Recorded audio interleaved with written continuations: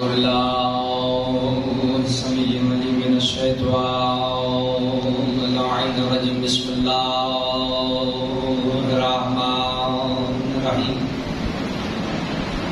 الحمد لله الذي جعلنا من المتمسكين بولاية علي، والصلاة والسلام على أشرف الأنبياء والمرسلين، خاتم النبيين، رحمة للعالمين، شفيع المذنبين، سيدنا ومولانا بالقاسم محمد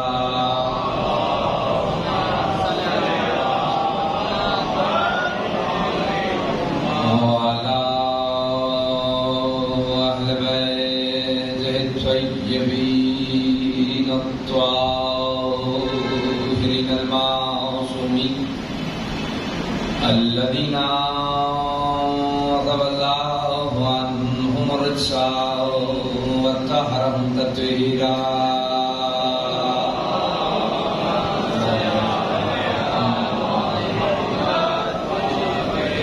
ولعن الله ولا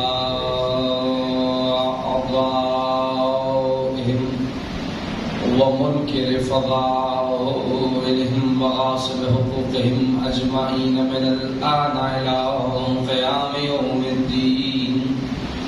أما بعد فقد قال الله تبارك وتعالى في محكم كتابه المجيد وفرقانه الحميد وقوله الحق. بسم الله الرحمن الرحيم. هل أتى على الإنسان حين من الدهر لم يكن شيئا مذكورا إنا خلقنا الإنسان من نطفة أمشاج نبتليه وجعلناه سميعا بصيرا. إنا هديناه السبيل إما شاكرا وإما كفورا. صلوات بجلال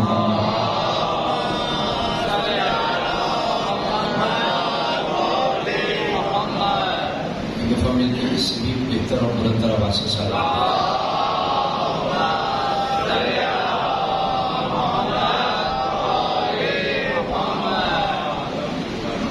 اس دو روزہ مجالس رضا کے لیے سورہ مبارکہ دہر کی جسے سورہ انسان بھی کہا جاتا ہے، اس سورہ کی ابتدائی 3 آیات بطور سنامہ منتخب کی گئی اور یہ اس سلسلے کی دوسری اور آخری مجلس رضا آپ سامنے سماعت فرمانا ہے. پروردگار عالم ارشاد فرما رہا ہے هل اتى على الانسان حين من الدهر.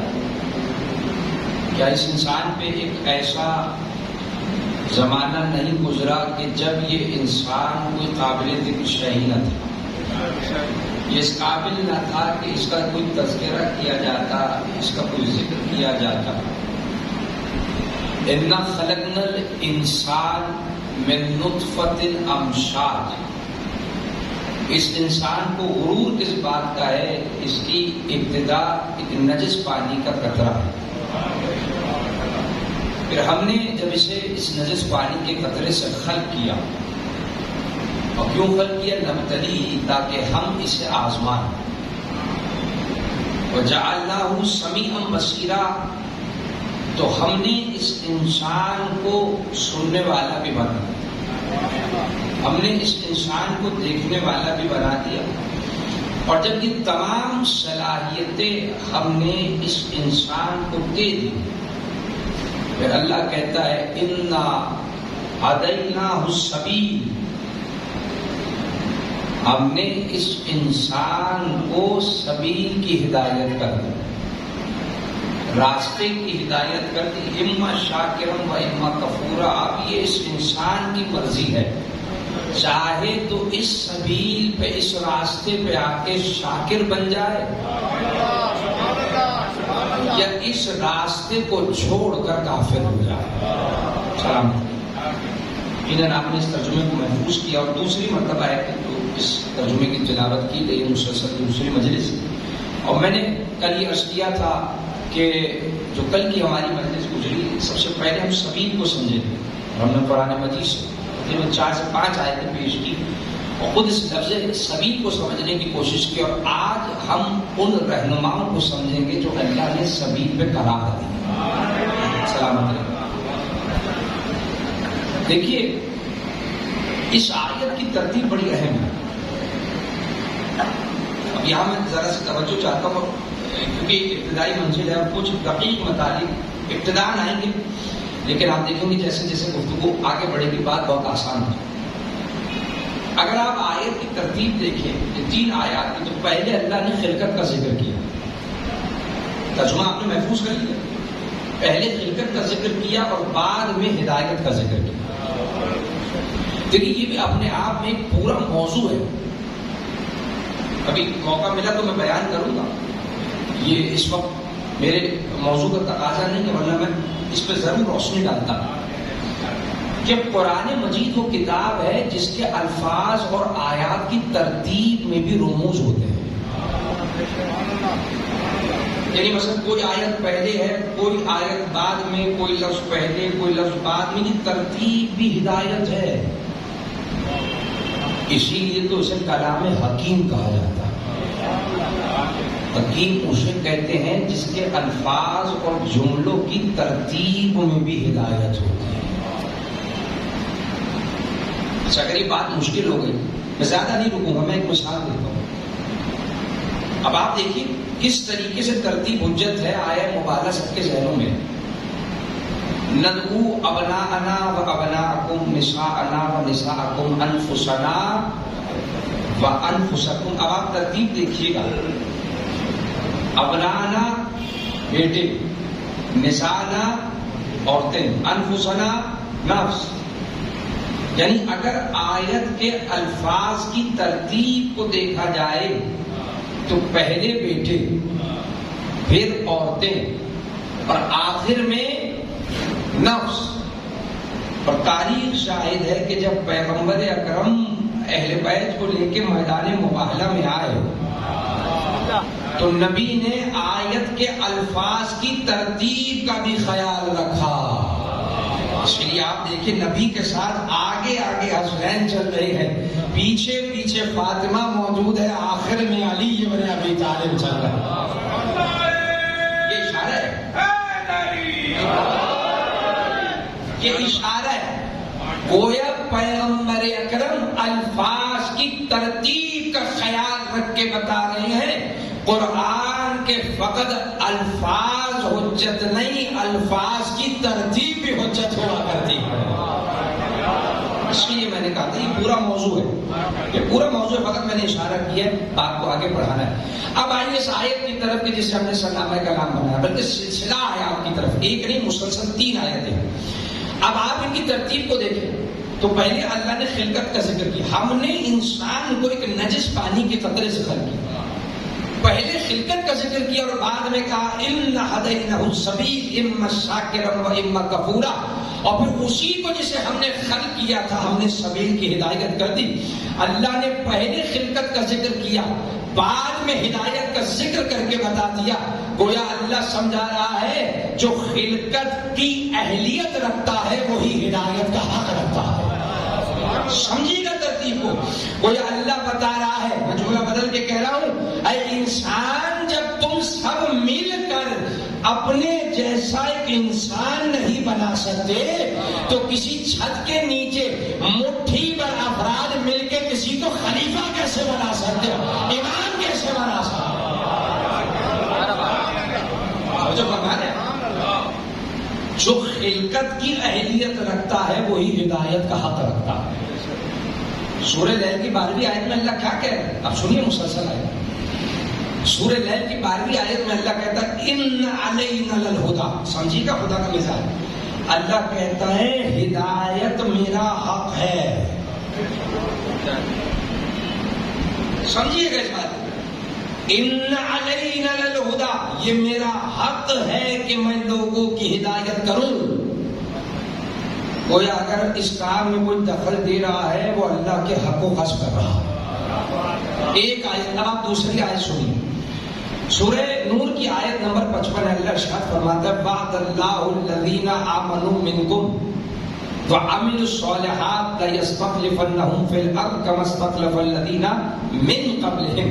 اب سنیے اللہ کہتا ہے یہ میرا وعدہ ہے کہ میں ان لوگوں کو کہ جو ایمان لے کے آئے اور ایمان لانے کے بعد عمل صالح کو انجام دیا، میں وعدہ کرتا ہوں، سمجھیے گا، میں وعدہ کرتا ہوں کہ میں ایسے لوگوں کو زمین پر خلافت عطا کروں گا کما استخلف الذین من قبلہم، بالکل ویسے ہی جیسے میں نے ان سے پہلے والوں کو خلافت دی ہے. سمجھیے گا یہ اللہ کا وعدہ ہے. پہلی آیت کا ہی میرا حق ہے، دوسری آیت یہ میرا وعدہ ہے. جملہ کہہ دوں بھائی، یہ وہی اللہ وعدہ کر رہا ہے جس کے متعلق ہر شام نیشنل ٹیلی ویژن پہ ہم سب سنتے ہیں، پالنے والے مصطفیٰ کو اس مقام محمود تک پہنچا دے. جو سمجھ رہے ہو تو بولے نا، مصطفیٰ کو اس مقام محمود تک پہنچا دے جس کا تو نے اس سے وعدہ کیا ہے، اور بے شک تو اپنے وعدے کے خلاف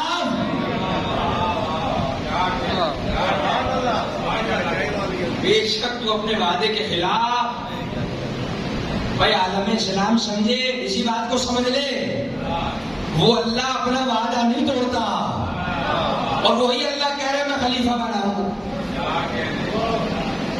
چلے میں آپ کو مثال دیتا ہوں، تو یہی میرا طریقہ ہے، میں کوشش کرتا ہوں کہ مثالوں کے ذریعے بات کو واضح کیا جائے. دیکھیے بزرگ بیٹھے تو بہت بہتر جانتے ہیں، مگر میں ان پڑھنے والوں میں سے نہیں جو کہتے ہیں میں تو اپنی گفتگو کا ذمہ دار ہوں، آپ کے ذہنوں میں بننے والے مفہوم کا ذمہ دار نہیں ہوں. میں یہ سمجھتا ہوں جو ممبر پہ آتا ہے اس کی ذمہ داری بہت زیادہ بڑھ جاتی ہے. اگر میں اس ممبر پہ آیا ہوں، مجھے یہ سعادت ملی ہے، تو کسی نہ کسی حد تک اس مفہوم کی ذمہ داری بھی میری ہے. مجھے بات کو اتنا آسان کرنا ہوگا، اتنا واضح کرنا ہوگا کہ جہاں بزرگ سمجھ رہے ہیں وہاں بچے بھی سمجھ جائیں، جوان بھی سمجھ جائیں. اب میں ذمہ داری سمجھتے ہوئے ایک مثال دے رہا ہوں. اللہ نے کہا میرا وعدہ ہے میں زمین پہ خلافت دوں. اب سنیے آپ مثال. دیکھیے کوئی شخص مجھے مجلس کی دعوت دے کہ آپ ہمارے عزا خانے میں آئیں اور مجلس پڑھیں، اور قبلہ یہ میرا وعدہ ہے کہ میں آپ کو ٹھیک 9 بجے ممبر دے دوں گا، آپ کا شیڈیول خراب نہیں. یہ میرا وعدہ ہے، میں آپ کو ٹھیک 9 بجے ممبر دے دوں. اچھا بانی نے مجھ سے وعدہ کر لیا. اب وہ یہ کہ میں آدھا گھنٹہ پہلے پہنچوں، 8:30 بجے پہنچوں، اور پانی کو چھوڑ کے مجمع کے پاس جانا شروع کر دوں. سمجھیے گا، پہلے کسی کے پاس جاؤں اور کہوں کہ بھائی پانی سے کہو جو کہا ہے وہ کر دے. اس سے کہہ دو کہ وہ ٹھیک 9 بجے مجھے ممبر دے دے، مجھے آگے بھی جانا ہے. پھر اسے چھوڑ کے دوسرے کو پکڑ لوں کہ بھائی صاحب اس سے کہو کہ جو کہا ہے وہ کر دے، میرا شیڈیول خراب ہو جائے. پھر دوسرے کو چھوڑ کے تیسرے کو پکڑ کہ بھائی اسے سمجھاؤ، ابھی وقت نہیں آیا، اسے سمجھاؤ، جو کہا ہے وہ کر دے، جس کے پاس جانا چاہیے ہے، جو وعدہ کرنے والا ہے اسے چھوڑ کے میں مجمع کے پاس جا رہا ہوں. جملہ کہہ رہا ہوں، بانی کو چھوڑ کے مجمع کے پاس جانا بتا رہا ہے. یا تو بانی نے مجھ سے وعدہ نہیں کیا، یا مجھے اس کے وعدے پہ اعتبار نہیں ہے. میں نے بہت بڑا جملہ کہا، یا اس نے وعدہ نہیں کیا یا مجھے اس کے وعدے پہ اعتبار نہیں ہے. بھائی اللہ قرآن میں کہہ رہے میں وعدہ کرتا ہوں میں زمین پہ خلافت عطا کروں گا، بالکل ویسے ہی جیسے پہلے والوں کو خلافت عطا کی. تو اب اگر کوئی اس آیت کے بعد بھی پیغمبر اکرم کے مثال کے بعد یہ کہتا ہوا نظر آئے کہ اب کون ہوگا، کہاں سے آئے گا، کیسے بنایا جائے گا، چلو چلو ہم مل کے خود بنا لیتے ہیں، تو سمجھ جائیے یا اللہ نے اس سے وعدہ نہیں کیا یا اسے اللہ کے وعدے پہ اعتبار نہیں ہے.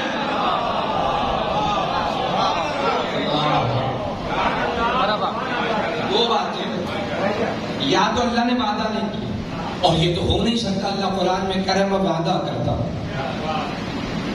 تو یہ وہ امت ہے جسے اللہ کے وعدے پہ اعتبار نہیں.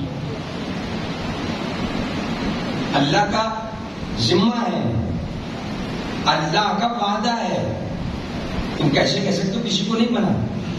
مجھے یہ جملہ کہنے کی اجازت دیجیے. دیکھیے ہم ایک ایسے معاشرے میں رہتے ہیں جہاں سب سے زیادہ ناموس رسالت کا نعرہ بلند ہے، اور خصوصاً چند سالوں سے یہ نعرہ بہت زیادہ بلند ہے۔ اچھا، افسوس اس بات کا نہیں، یہ بہت اچھی بات ہے، پیغمبر اکرم کی ناموس پہ حرف نہیں آنا چاہیے اور یہ نعرہ بلند ہونا چاہیے، مگر دکھ اس بات کا ہے کہ جس معاشرے میں سب سے زیادہ ناموس رسالت کا نعرہ بلند ہوتا ہے، سب سے زیادہ اسی معاشرے میں نبی کی توہین کی جاتی ہے۔ سنیں کیا؟ سنیں گے کیسے؟ اور کرنے والے بھی وہی ہیں جو یہ نعرہ بلند کر رہے ہیں۔ مجھے بتائیے، کیا اس معاشرے میں ایسے لوگ نہیں جو نبی کی ناموس کی بات بھی کرتے ہیں اور پھر یہ کہتے ہیں نبی نے تو کسی کو بنایا ہی نہیں، کسی کو مقرر کیا نہیں؟ خدا کی قسم، اس سے بڑی توہین رسالت ہو ہی نہیں سکتی۔ صاحب سقیفہ تو ہماری مجبوری تھی، یہ ہماری مجبوری تھی۔ اگر نبی کسی کو بنا دیتے تو مسئلہ ہی نہیں ہوتا، نبی نے تو کسی کو بنایا۔ میں آپ سے پوچھ رہا ہوں کہ ایسے لوگ ہمارے معاشرے میں نہیں؟ نبی نے تو کسی کو بنایا ہی، اگر بنا دیتے تو یہ مسئلہ حل ہو جاتا۔ ہم مجبور تھے کہ وہاں جمع ہوئے، نبی نے بنایا۔ جملہ کہوں، تمہیں شرم نہیں آتی؟ تم نبی پہ غیر ذمہ دار ہونے کی تہمت لگا رہے ہو۔ یہ بہت بڑا جملہ تھا، خدا کی قسم۔ تم نبی کو غیر ذمہ دار سمجھتے؟ وہ نبی کہ جس نے تمہیں زندگی گزارنے کا مکمل اصول بتا دیا، جو تمہیں چھوٹی چھوٹی باتیں بتا رہا ہے، جو تمہیں اٹھنے بیٹھنے کے آداب بتا رہا ہے، کیا نہیں بتائے؟ اخلاق کی کتابوں میں نبی کے بتائے طریقے موجود نہیں ہیں؟ جو تمہیں اٹھنے بیٹھنے کا طریقہ بتا رہا ہے، جو تمہیں مہمان نوازی کا طریقہ بتا رہا ہے، جو تمہیں کھانے کے آداب بتا رہا ہے، حد تو یہ ہے جو تمہیں مسواک کرنے کا طریقہ بتا رہا ہے۔ تاکہ پڑھیے روایات میں نبی نے یہ بھی بتایا مسواک کیسے کرنا ہے۔ ایسے کرنا ہے عرض میں یا طول میں؟ ایسے کرنا ہے۔ جملہ کہہ رہا ہوں، جس نے مسواک کرنے کا طریقہ بتایا وہ یہ نہیں بتائے گا میرے بعد دین کا وارث کون ہوگا۔ یہ فیصلہ دنیا کو کرنا چاہیے۔ جو چھوٹی چھوٹی باتیں بتا رہا ہے، چھوٹی چھوٹی باتیں، وہ یہ نہیں بتائے گا میرے بعد کون دین کا ذمہ دار ہوگا، وہ یہ نہیں بتائے گا میرے بعد کون شریعت کا وارث ہوگا۔ میں جملہ کہہ رہا ہوں، خدا کی قسم، اگر یہ دنیا اس معاشرے میں غور کر لیتی، کبھی نبی پہ یہ تہمت لگائی جاتی، ارے اس معاشرے میں اگر کسی باپ کو پتہ چل جائے، 2 بچوں کے باپ کو پتہ چل جائے، ڈاکٹر اسے بتا دے تمہارے پاس زیادہ وقت نہیں ہے، خدا نخواستہ کوئی مہلک بیماری ہو گئی، اب تمہارے پاس زیادہ وقت نہیں ہے۔ میں جملہ کہہ رہا ہوں، اگر ذمہ دار باپ ہوگا، یہ شرط بہت اہم ہے، اگر ذمہ دار باپ ہوگا تو سب سے پہلے اپنے بچوں کی فکر کرے گا، سب سے پہلے اپنے بچوں کی فکر کرے گا۔ وہ کوشش کرے گا کہ میرے جانے سے پہلے ان کی تربیت، ان کی پرورش کا انتظام ہو جائے۔ اپنے جانے سے پہلے کسی کو وارث، کسی کو ذمہ دار بنائے گا، اس سے کہے گا میرے بعد تم میرے بچوں کا خیال رکھو گے، ان کی پرورش تمہاری ذمہ داری ہے، ان کی تربیت تمہاری ذمہ داری ہے۔ 2 بچوں کا باپ، جملہ کہہ رہا ہوں، دنیا سے جائے تو کسی کو وارث مقرر کرتا ہے، وہ محمد جو ساری امت کا باپ ہے۔ یہ نبی کی حدیث ہے، پیغمبر اکرم نے فرمایا انا و علی ابوا ہذہ امہ، میں اور علی اس امت کے باپ ہیں۔ تو آپ کا کیا خیال ہے کہ جب دنیا کا باپ جانے سے پہلے 2 بچوں کی فکر کرتا ہے، وہ محمد جو اس امت کا سب سے بڑا ہمدرد ہے، مجھے بتائیے کیا پیغمبر اکرم سے بڑھ کے کوئی اس امت کا ہمدرد ہو تو؟ کیا نبی سے بڑھ کے کسی کو اس امت کی فکر ہو سکتی؟ کیا پیغمبر اکرم سے بڑھ کے کوئی اس امت کی مستقبل کا خیال کر سکتا؟ نہیں کر سکتا۔ تو آپ کیا سمجھتے ہیں یہ کبھی امت کو نوارے چھوڑ دے؟ نہیں۔ جملہ کیا ہے؟ دنیا سمجھی ہی نہیں غدیر کی حقیقت کیا ہے۔ دنیا سمجھی نہیں غدیر کی حقیقت کیا ہے۔ دنیا سمجھتی ہے نبی نے غدیر میں مجمع جمع کیا تھا، نبی نے غدیر میں مجمع جمع نہیں کیا تھا، دین کے ذمہ دار کا تعارف کرایا تھا، علی کا ہاتھ بلند کر کے بتایا تھا یا علی آج تک نبوت ذمہ دار تھی، قیامت تک امامت ذمہ دار۔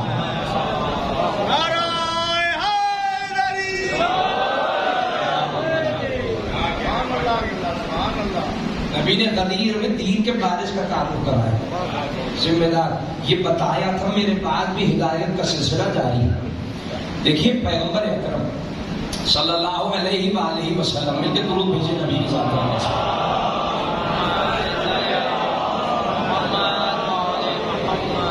دیکھیے پیغمبر اکرم خاتم النبیین ہے، سمجھیے گا اس بات، خاتم المرسلین، یعنی نبوت کا دروازہ پیغمبر اکرم پہ بند، رسالت کا دروازہ پیغمبر اکرم پہ بند، یہی عقیدہ ختم نبوت ہے۔ اور یہاں میں رک کے ایک جملہ اور کہہ دوں، یاد رکھیں جب بھی آپ اپنے عقیدہ ختم نبوت کا اظہار کیا کیجیے، بسط فخر کیا کیجیے، بسط فخر کیا کیجیے۔ اس کی وجہ یہ ہے کہ یہ ہمارا عقیدہ ختم نبوت ہے، جس کی وجہ سے آج تک جھوٹی نبوتوں کا دعویٰ کرنے والے جھوٹے ہیں۔ اگر تشیع کا عقیدہ نبوت نہ ہوتا، خدا کی قسم کب کا دنیا اپنے جھوٹے نبیوں کو منوا چکی، کب کا منوا چکی۔ فخر کیا کیجیے، ہم نے نبوت کے معیار کو اتنا بلند کر دیا ہے کہ اب کسی کی جرأت ہی نہیں بعد مصطفیٰ خود کو نبی منوا سکے۔ سنیں گے، نبوت کے بعد میں ہمارا پہلا عقیدہ یہ ہے کہ نبی معصوم ہوتا ہے، اور یہ تشیع کا خاصہ عصمت صرف ہم مانتے ہیں۔ ہم نے معیار کو اتنا بلند کر دیا، ہمارا نبوت کے بعد میں پہلا عقیدہ یہ ہے کہ نبی معصوم ہوتا ہے۔ ہم کہتے ہیں تم خود کو معصوم ثابت کرو گے تو تمہیں نبی مانیں گے۔ ہمارے عقیدے میں نبی صاحب معجزہ ہوتا، تم چاند کے تو ٹکڑے کر کے دکھاؤ گے تو تمہیں نبی مانیں۔ لہٰذا نبوت کا دروازہ پیغمبر اکرم پہ بند ہو چکا، اب کوئی نبی نہیں آیا، کوئی رسول نہیں آیا۔ مگر یاد رکھیے گا، نبوت کا دروازہ بند ہوا، رسالت کا دروازہ بند ہوا، اس کا مطلب یہ نہیں کہ سلسلہ ہدایت میں رک چکا ہے۔ سمجھے گا اس بات، نبوت کا دروازہ بند ہونا اور بات ہے، رسالت کا دروازہ بند ہونا اور بات ہے، ہدایت کا سلسلہ جاری ہے۔ دیکھیں سورۃ جمعہ کی دوسری اور تیسری آیت میں اللہ کیا کہہ رہا ہے؟ بسم اللہ الرحمن الرحیم، هو الذی بعث فی الامیین رسولا منہم۔ اللہ وہ ہے کہ جس نے امیین میں ایک رسول کو مبعوث کیا، یتلو علیہم آیات ہی، یہ وہ رسول ہے جو لوگوں پہ آیات الہی کی تلاوت کرتا ہے، وَيُزَكِّيهِمْ لوگوں کے دلوں کو پاک بناتا ہے، وَيُعَلِّمُهُمُ الْكِتَابَ وَالْحِكْمَةَ، یہ وہ رسول ہے جو کتاب کی بھی تعلیم دیتا ہے، حکمت کی بھی تعلیم دیتا ہے، وَإِن كَانُوا مِن قَبْلُ لَفِي ضَلَالٍ مُبِينٍ، اور یہ لوگ اس نبی کی آمد سے پہلے کھلی گمراہی میں تھے۔ اب اگلی آیت میں سنیں، یہ ہے اصل مطلب۔ اللہ کہتا ہے وَآخِرِينَ مِنْهُمْ لَمَّا يَلْحَقُونَ، اے محمد تم صرف ان کے ذمہ دار نہیں جو تمہاری ظاہری حیات میں موجود ہیں، تمہاری ذمہ داری فقط وہ نہیں جو تمہارے اصحاب ہیں، جو تمہاری ظاہری حیات میں موجود ہے، وَآخِرِينَ مِنْهُمْ لَمَّا يَلْحَقُونَ، بلکہ تم ان کے بھی ذمہ دار ہو جو تمہاری ظاہری حیات کے بعد دنیا میں آئیں گے۔ کیا مطلب اس کا؟ اس کا مطلب ہدایت کا کوئی ایسا انتظام ہونا ضروری ہے جو قیامت تک کے لیے ہو۔ ہر نبی صرف اپنی ظاہری حیات تک اپنی امت کا ذمہ دار تھا، اس کے بعد ذمہ داری ختم ہو جاتی ہے، لیکن یہ پیغمبر اکرم محمد مصطفیٰ کا خاصہ ہے، اس سے ایک ایسا انتظام کرنا ہے جو قیامت تک کے لیے، قیامت تک کے لیے۔ اسی لیے میں نے کہا ہدایت کا سلسلہ قیامت تک جاری رہے، اور اگر کوئی دلیل مانگے تو میں آپ کو ایک دلیل دیتا ہوں. سورہ احزاب کی 56ویں آیت ہے، اور یہ وہ آیت ہے کہ جو ہر مومن کے عقیدے کی دیوار پہ ہمیشہ درج رہتی ہے، بلکہ اس کی تصدیق میں ہمیشہ ہم درود پڑھتے ہیں. ان اللہ وملائکتہ یصلون علی النبی یا ایھا الذین آمنوا صلوا علیہ وسلموا تسلیما.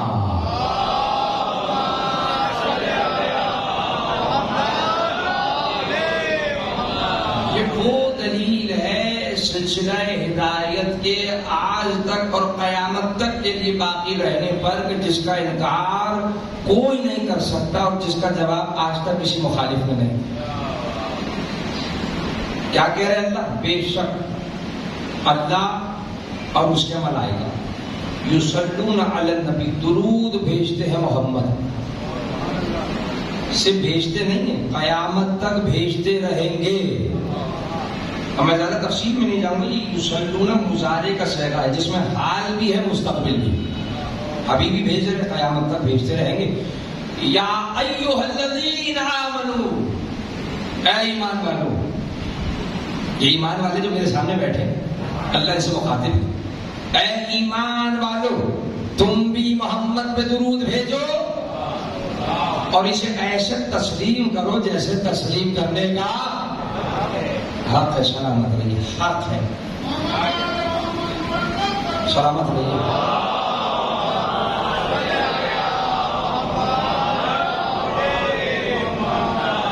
اچھا میں ایک جملہ کہتا ہوں، دیکھیے ترجمہ آپ نے بھی سنا اور میں یہ جملہ کہنے پہ جانے. دیکھیے اس آیت میں کہیں بھی اہل بیت کا ذکر نہیں ہے. پوری ذمہ داری سے کہیں بھی اہل بیت کا ذکر نہیں ہے، صرف نبی کا ذکر ہے. اللہ فرشتے نبی پہ درود بھیجتے ہیں. اے ایمان والو تم بھی نبی پہ درود بھیجو، ایسے تسلیم کرو جیسے تسلیم کرنے کا. آیت میں کہیں بھی اہل بیت کا ذکر نہیں. لیکن جب آپ نے درود بھیجا تو آپ نے آل کو بھی شامل کیا تھا. کیا درود بھیجا تھا؟ اللہم صلی علی محمد و. میں آپ سے پوچھ رہا ہوں آپ نے آل کو کیسے شامل کر دیا؟ آپ نے سلامت رہیے اپنی مرضی سے کیسے شامل کر دیا؟ بھائی نہیں آپ مجھ سے کوئی کھڑے ہو کے کہیں مولانا ہم نے اپنی جیب سے شامل نہیں کیا، وہی نبی کے جس پہ اس آیت میں درود بھیجا جا رہا ہے. یا یوں کہوں وہی نبی جس پہ نبوت بھی ختم ہو رہی ہے، جس پر رسالت بھی ختم ہو رہی، اسی نے فرمایا لا تصلوا علی صلوات مبتورہ. اصحاب کا مجمع تھا، نبی نے فرمایا خبردار مجھ پہ ناقص درود نہ بھیجا کرو. اصحاب بیٹھے تھے فوراً پوچھنے لگے، یہ اہل سنت کی کتابوں میں روایت موجود ہے، یا نبی خدا یہ ناقص درود کون سا ہوتا ہے؟ نبی نے فرمایا ناقص درود وہ ہوتا ہے جو مجھ پہ تو بھیجا جائے میری آل پہ نہ بھیجا جائے.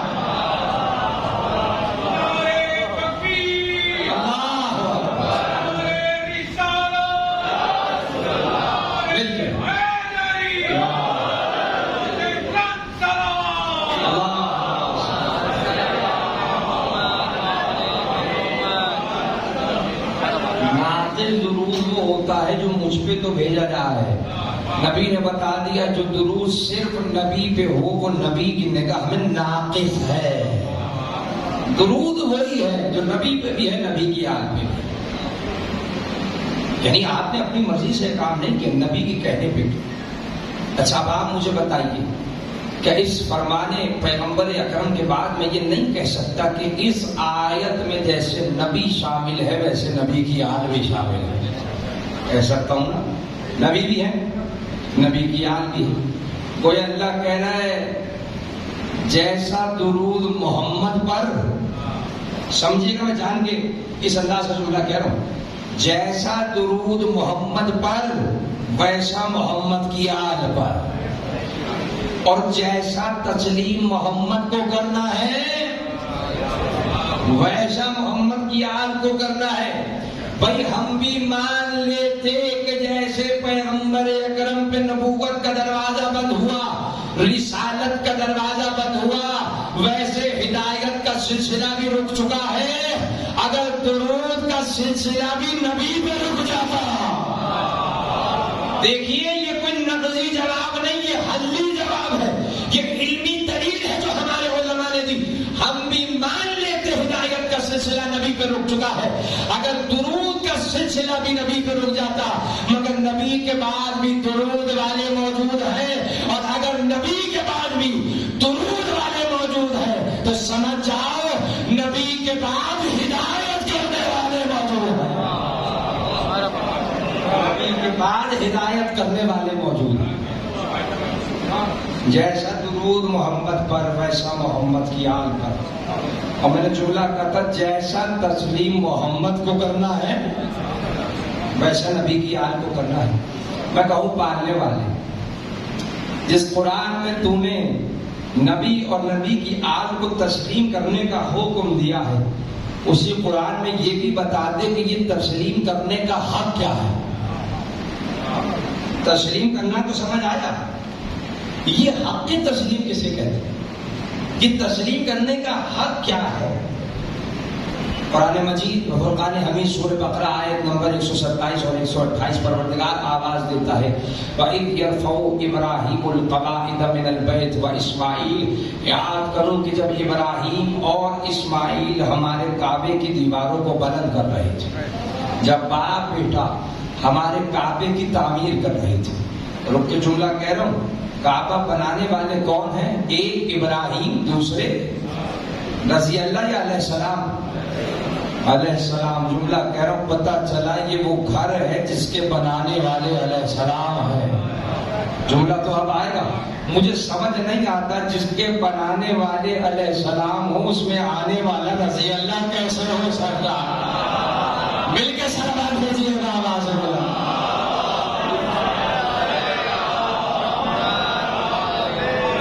ایک جملہ محترضہ تھا, میں اپنے موضوع کی طرف واپس آ رہا ہوں. اور ابراہیم اور اسماعیل ہمارے کعبے کی دیواروں کو بلند کر رہے تھے, کعبے کی تعمیر کر رہے تھے, اور اس کے بعد جب تعمیر مکمل ہو گئی تو دونوں نے دعا مانگی کہ جسے اللہ نے قرآن میں محفوظ کیا. اور اب یہ دونوں باپ بیٹے اپنے ہاتھوں کو بلند کر کے کہنے لگے ربنا تقبل منا انک انت السمیع العلیم. پالنے والے ہماری اس محنت کو اپنی بارگاہ میں قبول فرما, بے شک تو سننے والا بھی ہے, بے شک تو جاننے والا بھی ہے. اگلی آیت میں آیت نمبر 128 میں ایک اور دعا کا جملہ ہے وَجَعَلْنَا مُسْلِمَيْنِ لَكَ, اور پالنے والے ہم دونوں کو اپنا تسلیم کرنے والا بنا. سمجھنا ہے نا حق کے تسلیم کسے کہتے ہیں. تو اب ابراہیم اسماعیل کہہ رہے ہیں ہمیں اپنا تسلیم کرنے والا بنا. یعنی اس کا مطلب یہ ہے کہ اگر ہم ابراہیم اور اسماعیل کی سیرت کو سمجھ لیں, ان کے عمل کو دیکھ لیں, یہ سمجھ آ جائے گا تسلیم کرنے کا حق کیا ہے. جانتے ہیں کہ ان کی سیرت کیا ہے, ان کا کردار کیا ہے. ایک آیت پڑھوں گا کافی ہو جائے.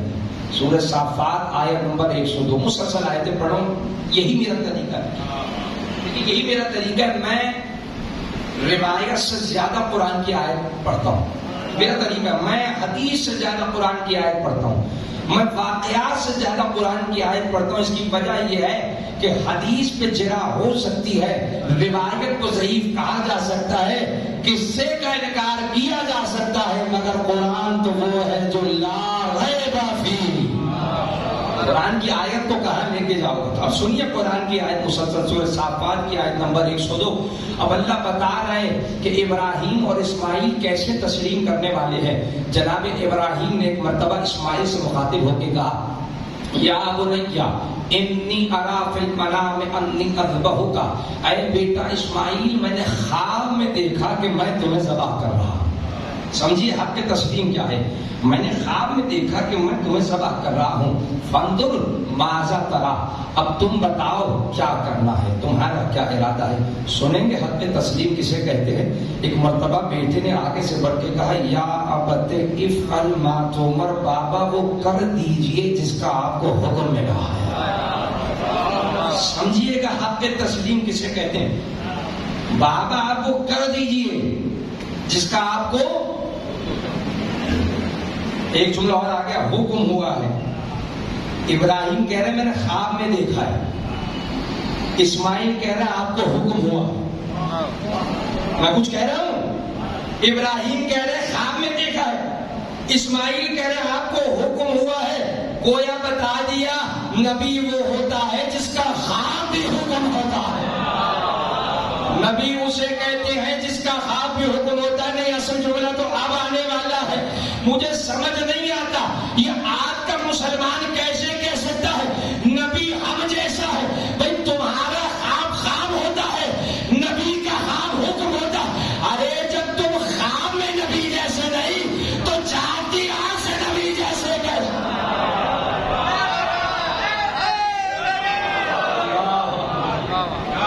جب تم خواب میں نبی جیسے نہیں ہو سکتے، سلامت رہیے، تو تم جاگتی آنکھ سے نبی کا مقابلہ کیسے کرو؟ بابا کر دیجیے، آپ کے تسلیم کو سمجھیے، کر دیجیے جس کا آپ کو حکم ہوا ہے۔ تجدونی انشاء اللہ من الصابرین، بابا آپ مجھے صبر کرنے والوں میں سے پائیں گے۔ حق کے تسلیم سمجھ آیا؟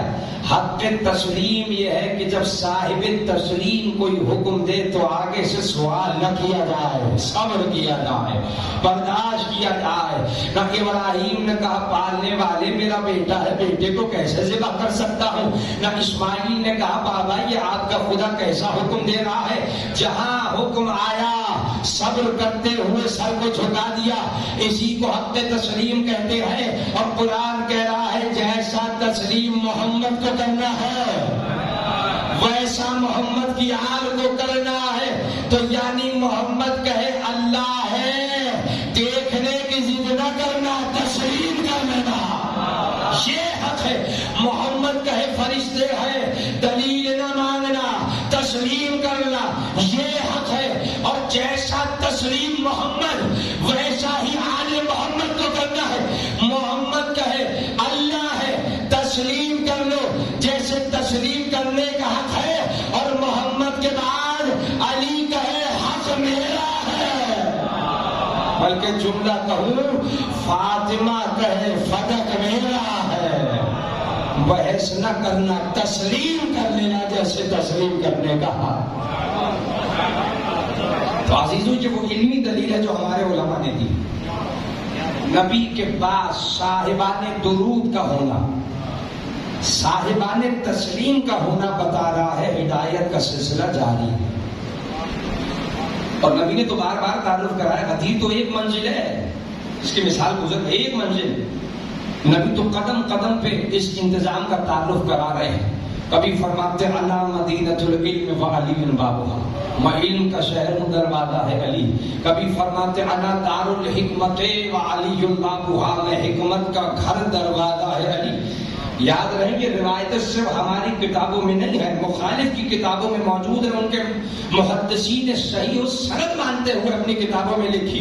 کبھی فرما رہے میں علم کا شہر دروازہ علی، میں حکمت کا گھر دروازہ علی۔ کبھی فرما رہے یا علی انت منی بمنزلۃ ہارون من موسیٰ، اے علی تجھے مجھ سے وہی نسبت ہے جو ہارون کو موسیٰ سے تھی۔ کبھی فرماتے ہیں اللہم والی من والا وعاد من والا، پالنے والے جو علی کا دوست وہ تیرا دوست ہے، جو علی کا دشمن وہ تیرا دشمن ہے۔ کبھی فرماتے یا علی انت منی وانا منکا، تو مجھ جیسا ہے میں تجھ جیسا۔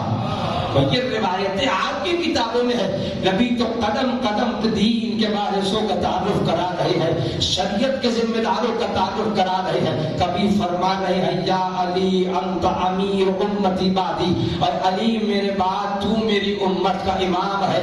کبھی علی کے کاندھوں پہ ہاتھ رکھ کے کہتے ہیں دعوت ذوالعشیرہ میں ھذا وصی و خلیفتی بعدی، یہ میرا وصی بھی ہے، میرے بعد میرا خلیفہ بھی ہے۔ کبھی فرماتے ہیں یا علی انت سید العرب، اے علی تو عرب والوں کا سردار ہے۔ کبھی مسجد میں اشارہ کر کے کہتے ہیں ھذا صراط مستقیم، یہی علی تو صراط مستقیم ہے۔ کبھی فرماتے ہیں یا علی انت مشیتک حب الفائزون، اے علی تو کامیاب، تیرے شیعہ کامیاب۔ میں کتنی روایتیں پڑھوں جی، یہ ساری روایتیں ان کی کتابوں میں ہیں۔ تو کیا ایک مرتبہ سمجھایا کون ہے؟ خدا کی قسم یہ غیر معمولی روایات، اگر کوئی تعصب کی اینک نکال کے ان روایتوں کو دیکھے میں نہیں سمجھتا کہ وہ علی کی بلا فصل خلافت کا انکار کر سکے۔ غیر معمولی روایت، خود حدیث ثقل ہے، سنیے آپ نے، یقین ہے آپ جانتے ہیں کتنی مرتبہ، ایک مرتبہ روایات میں ہے پیغمبر اکرم نے کم و بیش 15 مقامات پہ حدیث ثقل نے ارشاد فرمایا، ایک ہی حدیث، کتنے مقامات پہ؟ کم و بیش 15۔ آخری مرتبہ جو فرمائی وہ غدیر کا میدان تھا، انی تارک فیکم الثقلین کتاب اللہ و اطرتی، میں تمہارے درمیان دو چیزیں چھوڑے جا رہا ہوں، ایک اللہ کی کتاب اور ایک میری اطرت، میرے اہل بیت۔ اچھا ایک اور حدیث بھی ہے، بات آ گئی تو میں مکمل کر دوں، ایک اور حدیث بھی ہے لیکن ذرا سے لفظوں کی تبدیلی کے ساتھ۔ نبی نے فرمایا انی تارک فیکم الثقلین کتاب اللہ و سنتی، میں تمہارے درمیان دو چھوڑے جا رہا ہوں، ایک کتاب ایک سنت۔ اچھا آپ سنیے گا اور فیصلے آپ کو کرنے، میں کچھ نہیں کہوں گا، میں زیادہ روک بھی نہیں سکتا، میری مجبوریاں ہیں۔ پیغمبر اکرم کے بعد جو ابتدائی 700 سال تھے، ان ابتدائی 700 سالوں میں جتنی کتابیں لکھی گئی، میں ممبر کی ذمہ داری سے کہہ رہا ہوں، ان سب کتابوں میں حدیث یوں ہے، میں تمہارے درمیان دو چیزیں چھوڑے جا رہا ہوں، ایک کتاب ایک اطرت۔ سمجھیے گا اس بات کو، یہ سمجھنے والی بات ہے۔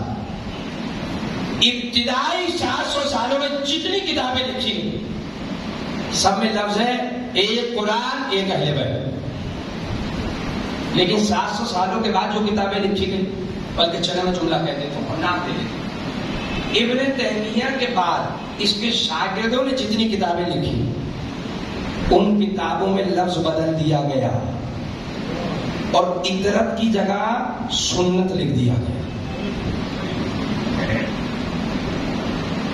700 سالوں میں جتنی کتابیں لکھی گئی، میں دو چیزیں قرآن سنت، قرآن اہل بیت، اس کے بعد جتنی کتابیں لکھی گئی اطرت کی جگہ سنت آ گئی۔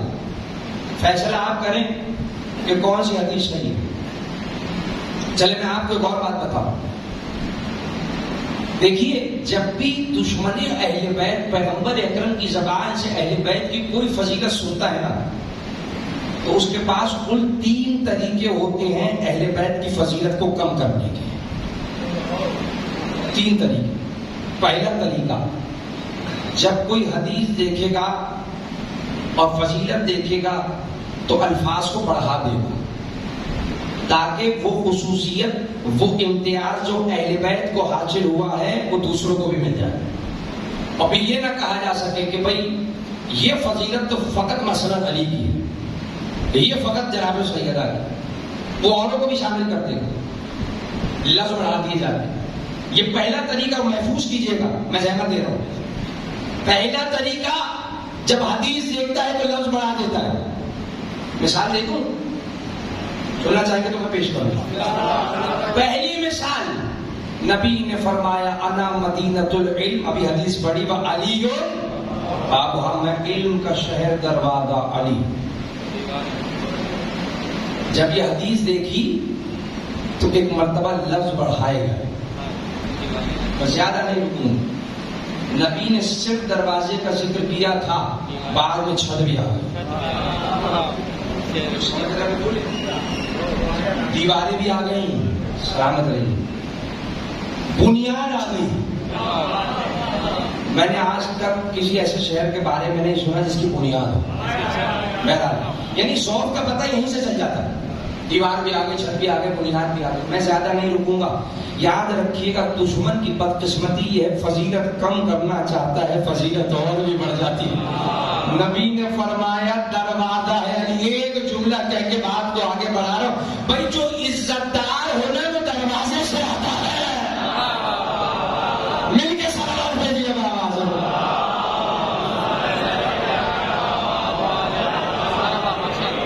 سلامت رہیے، آواز ارشاد ہے۔ بھائی یہ پہلا طریقہ، لفظ بڑھا دو، خصوصیت کم ہو جائے، امتیاز کم ہو جائے۔ دوسرا طریقہ سنیے گا، لفظ بڑھ نہیں سکتے، حدیث کی تعویل کر دو، معنی بدل دو۔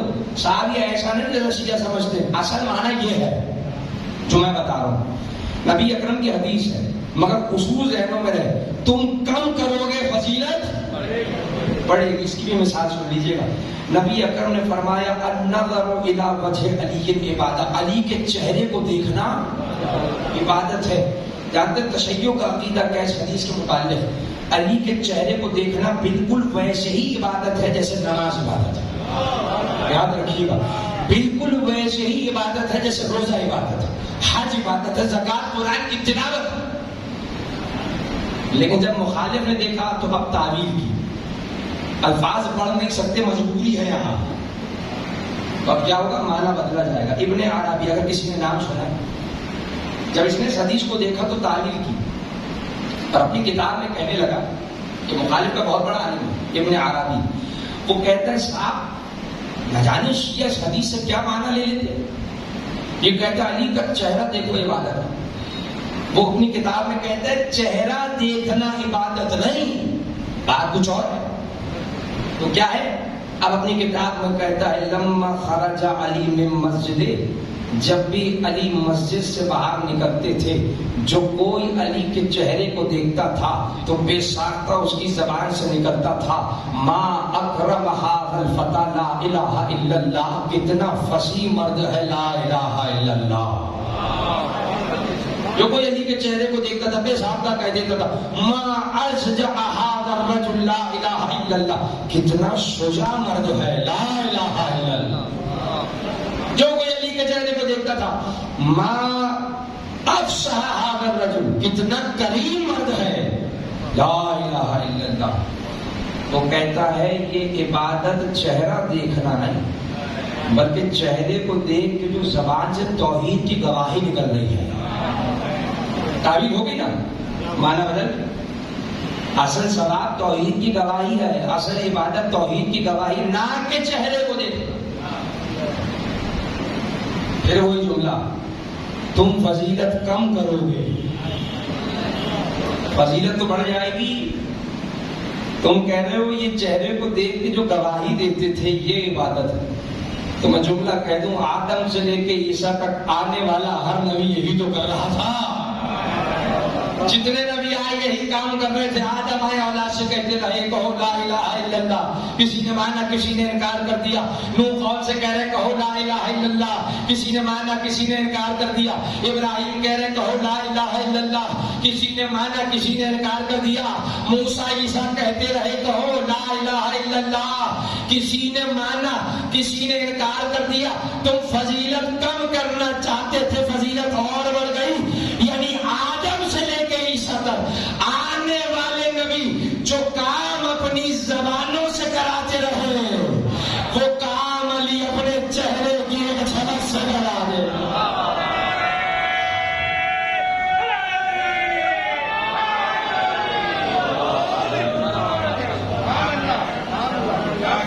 علی ایک جھلک سے کرا دیتا. جو کام انہوں نے اتنی مشقتوں زحمتوں سے کرا علی ایک جھلک سے کرا دیتا. تیسرا طریقہ سنیے اور بس یہی گفتگو بھی تمام. جب الفاظ پڑھتے نہیں، جب تعویل ہوتی نہیں تو لفظ ہی بدل دیا جاتا ہے. یہ حدیث ثقلین کے ساتھ ہوا. نبی نے فرمایا تھا میں تمہارے درمیان دو چھوڑے جا رہا ہوں، اللہ کی کتاب میری اطرت. دشمن سے برداشت نہ ہوا، اس نے لفظ اطرت کو سنت سے بدل دیا. اچھا یہاں بھی عجیب اور لطیف مطلب ہے، بدلا بھی سنت سے. یعنی وہ بھی جانتا ہے اہل بیت کا مقابلہ کسی اور سے تو مقابلے میں سنت کو لانا پڑے گا. وہ سنت کو لے کے آنا. مقصد کیا ہے؟ کرنا کیا چاہتے؟ کرنا یہ چاہتے کہ اہل بیت سے جان چھڑا لی جائے. اصل حالت تو یہ نا اہل بیت سے جان چھڑا لی جائے. یہاں بھی وہی بات، تم فضیلت کم کرو گے فضیلت اور بھی بڑھ جائے. تم ان سے جان چھوڑاؤ گے ان کی ضرورت اور بھی بڑھ جائے گی. چلو ہم مان لیتے ہیں نبی نے یہی فرمایا تھا. کچھ دیر کے لیے مان لیتے ہیں نبی نے فرمایا تھا میں تمہارے درمیان قرآن اور سنت چھوڑے جا رہا ہوں. چلو ہم اہل بیت کو کچھ دیر کے لیے چھوڑ دیتے ہیں اور مان لیتے ہیں یا سنت فرمایا تھا. جملہ کہہ رہا ہوں اگر ہم اہل بیت کو چھوڑ بھی دیں تو بتاؤ نبی کی سنت ملے گی کہاں سے؟ ہم اگر اہل بیت کو چھوڑ بھی دیں تو نبی کی سنت بتائے گا کون؟ خلافت ثانیہ کے بعد ایک وقت آیا تھا ہمارے متقیان کے پاس. کہنے لگا علی اگر آپ ہماری 3 باتوں کو مان لیں تو تیسری خلافت آپ کو ملے. اور متقیان نے فرمایا کیا چیز ہے؟ کہ پہلی آپ قرآن کے مطابق عمل کریں. اب مجھے نہیں پتا اس بات پہ میں روں یا ہنسوں. علی سے کہہ رہے ہیں کہ آپ قرآن کے مطابق عمل کریں. مولا متقیہ نے بسر جلا جملہ کہا مجھے نہ بتانا قرآن کے مطابق کیسے عمل ہوتا ہے. مولا نے کہا تم قاری قرآن ہو گے وارث قرآن. قرآن سیکھنا علی سے سیکھنا. دوسری اے علی آپ سنت کے مطابق عمل کریں. علی سے کہہ رہے ہیں آپ سنت کے مطابق عمل کریں گے. مولا متقیان نے جملہ کہا کہ تم میں سے کوئی وہ ہے جو 40 سال بتوں کو سجدہ کر کے نبی کے پاس آئے؟ کوئی 20 سال، کوئی 30 سال. فرمایا میں وہ ہوں جسے نبی نے پار کے جوان کیا. اس سے بہتر بھی کوئی سمجھ سکتا ہے نبی کی سنت کیا ہے. تیسری تجویز آپ پہلے والوں کی سنت پہ عمل کریں. پہلے والے کی سیرت پہ عمل کریں. اب آپ سنیے گا جملہ، یہ کسی خطیب کا استدلال نہیں بلکہ مولا متقیان کا جملہ ہے کہ تمہارا قرآن سنت اور ان کی سیرت کو الگ سے بتانا یہ بتا رہا ہے قرآن سنت اور ہے ان کی سیرت. مل کے سلام بھیجیے گا.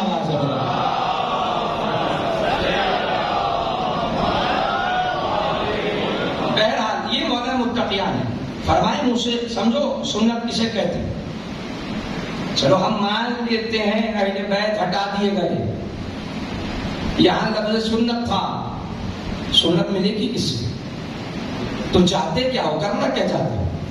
تم اہل بیت سے جان چھڑانا چاہتے ہو؟ یاد رکھو اگر تم نے دین سے اہل بیت کو نکال دیا تو دین میں کچھ بھی نہیں بچے گا. کچھ بھی نہیں بچے گا. یاد رکھیے دین کا لازمی جز اہل بیت کی مودت ہے، اس کے بغیر کچھ بھی نہیں. اور یہ بات اس وقت حر کی سمجھ آ گئی تھی. مجھے بتائیے جناب حر معمولی انسان تھے؟ نہیں، بہت بڑے نمازی، روزے دار، تہجد گزار. اس وقت بھی جب لشکر یزید میں تھے، قاری قرآن، شریعت کے پابند، سب کچھ تھا حر کے پاس. حر کے پاس نماز بھی تھی، روزہ بھی تھا، حج بھی تھا، زکوٰۃ بھی تھی، شریعت کی پابندی بھی تھی، تہجد گزاری بھی تھی، قرآن کی تلاوت بھی تھی، سب کچھ تھا، مگر اہل بیت کی مودت نہیں تھی. جملہ سنیں گے. 2 محرم حر نے حسین کا راستہ روکا تھا، مگر 10 محرم حر کے حسین کے قدموں میں آ کے یہ فیصلہ کر دیا سارے دین سے اہل بیت کو نکال دیا جائے، باقی یزیدیت رہ جاتی ہے. کچھ نہیں بچتا، کچھ نہیں بچتا. لازمی جز ہے. سورہ شعراء کی 23ویں آیت، بس گفتگو تمام ہو گئی. سورہ شعراء کی 23ویں آیت، قل لا اسألکم علیہ اجرا، کہہ دو ان سے کچھ نہیں چاہیے، کسی چیز کا تقاضا نہیں ہے. الا المودۃ فی القربى، صرف ایک چیز چاہیے بس، وہ اہل بیت کی مودت ہے. نبی نے امت سے بہت زیادہ نہیں مانگا تھا، صرف اہل بیت کی مودت مانگی تھی. بدلے میں امت نے نبی کو کیا دیا؟ نبی کی آل کو رسیوں میں پابند کر برہنہ سر کوفے کے بازار سے گزارا. صرف مودت مانگی تھی، بدلے میں تم یہ دے رہے ہو. تنگ گلیوں سے گزارا جا رہا.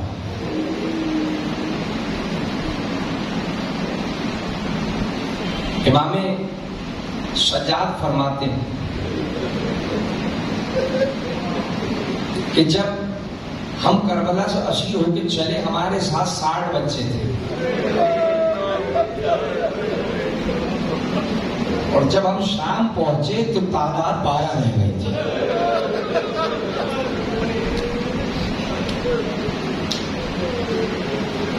نہ جانے کتنے بچے سواریوں سے گر کر گھوڑوں کی اور اونٹوں کی ٹاپوں میں روندے گئے.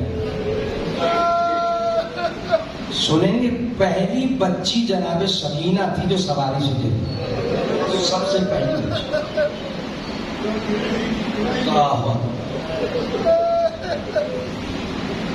اب آپ سنیے اور اگر برداشت کر سکیں، آپ نے یقیناً جناب سکینہ کے مسائل میں جملے سنے کہ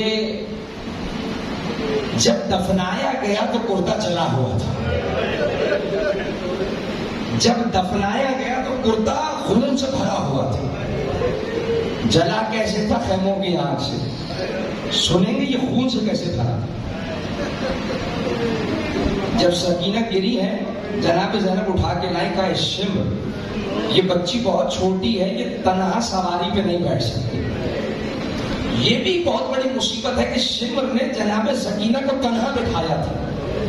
جتنے بچے تھے وہ اپنی ماں کا سہارا لے سکتے تھے، مگر جناب سکینہ کو تنہا بٹھایا گیا تھا، اور یہ کہہ کے بٹھایا گیا تھا یہ حسین کی بیٹی ہے، اس کو ستایا جائے، اسے ستایا جائے۔ جناب زینب نے فرمایا کہ تم اسے کسی بیوی کے ساتھ بٹھا۔ شمر کہنے لگا نہیں، اسے بٹھایا تو تنہا جائے گا، لیکن میں نے انتظام کر دیا ہے، اب یہ بچی گرے گی نہیں، ابھی بچی گرے گی نہیں۔ سنیں گے جملہ، میں نے انتظام کیا ہے۔ اور شمر کے انتظام بڑے عجیب ہوتے ہیں۔ جب کسی منزل پہ جناب علی اصغر کا لاشا نہیں مل رہا تھا تو اسی نے حکم دیا تھا نیزے کو مٹی میں ڈالو۔ ایک نیزہ زمین میں لگا، اصغر کا چھوٹا سا لاشا برابر ہو۔ جب ایک منزل پہ حسین کا سر آگے نہیں بڑھتا تھا، اسی نے حکم دیا تھا سجاد کو قاضی آگے بڑھو۔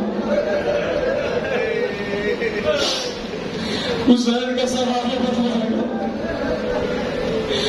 ادادارم میدان میں وہ کون سا انتظام ہے جو اس نے سکینہ کے لیے سنیں گے جملہ۔ ایک مرتبہ رسی لایا، اللہ اکبر، جناب سکینہ کو اونٹ کی پشت پہ الٹا لٹا کے رسی سے ڈالا۔ میں جملہ کہوں وقت کی ستم ظریفی نے دیکھی، باپ کے نرم سینے پہ سو رہے، آج اونٹ کی سخت پشت پہ سو رہے۔ ایک مرتبہ قافلہ چلا، اللہ اکبر، یارب کے وہ جنگلی اونٹ ہے جو چلتے نہیں، تیزی سے دوڑتے، اب اونٹوں نے دوڑنا شروع کیا۔ روایت کہتی ہے جیسے ہی قافلہ کوفے کے دروازے پہ پہنچا ہے، سکینہ کی رسیوں کو کھولا گیا۔ زینب نے عجیب منظر دیکھا، 4 برس کی بچی کا جسم زخمی ہے، سکینہ کا کرتا خون سے بھر گیا۔ ایک مرتبہ کربلا کا رک کر کے جناب زینب نے کہا عباس دیکھ رہے ہو، عباس دیکھ رہے ہو، تمہارے بعد سکینہ کا کیا ہے؟ آزاد آرو جناب سکینہ کے لیے تو پھر قافلے کو روکا گیا تھا۔ کیوں؟ کیونکہ یہ حسین کی بیٹی ہے، اس کا دربار میں پیش ہونا ضروری ہے۔ مگر اس قافلے میں کچھ ایسے بچے بھی تھے جن کی ان ظالموں کو کوئی ضرورت نہیں تھی۔ اب سمجھ آیا چوتھے امام نے کیوں فرمایا تھا جب چلے تھے تو 60 بچے تھے، جب شام پہنچے تو 12 رہ گئے، بچے گرتے جاتے تھے، سواریوں کی ٹانگوں میں روندے جاتے تھے، ماں فریاد دیتی رہتی تھی میرے بچے کو بچاؤ، مگر کوئی ماں کی فریاد نہ سنتا۔ نہ جانے اس پورے سفر میں کتنی چھوٹی چھوٹی قبریں موجود ہوگی۔ مولا سجاد فرماتے ہیں جب میری پھوپھی نے دیکھا نا کہ یہ ظالم قافلہ نہیں روکیں گے، انہیں ان بچوں کی کوئی ضرورت نہیں ہے، تو میری پھوپھی نے فیصلہ کر لیا ارے میں تو حسین کی بہن ہوں، میرا تو دربار میں پیش ہونا ضروری ہے، میرے لیے تو قافلہ روکا جائے گا۔ جملہ سنیں گے بس مسائل تمام ہوئے۔ چوتھے امام فرماتے ہیں میری پھوپھی نے فیصلہ کر لیا، اس کے بعد جب بھی کوئی بچہ گرتا تھا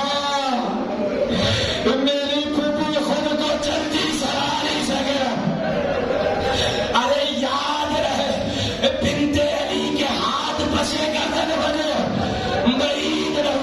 جب سواری سے گرتی ہوں عباس کو پکار کے کہتی ہوں اے عباس جب تو سواری سے گرا تیرے ہاتھ کٹے ہوئے ہیں میرے ہاتھ بھی بٹے ہوئے ہیں تو بھی سر کے بل گرتا تھا میں بھی سر کے بل گرتی اے عباس بس ایک فرق ہے تو ایک مرتبہ گرا میں بار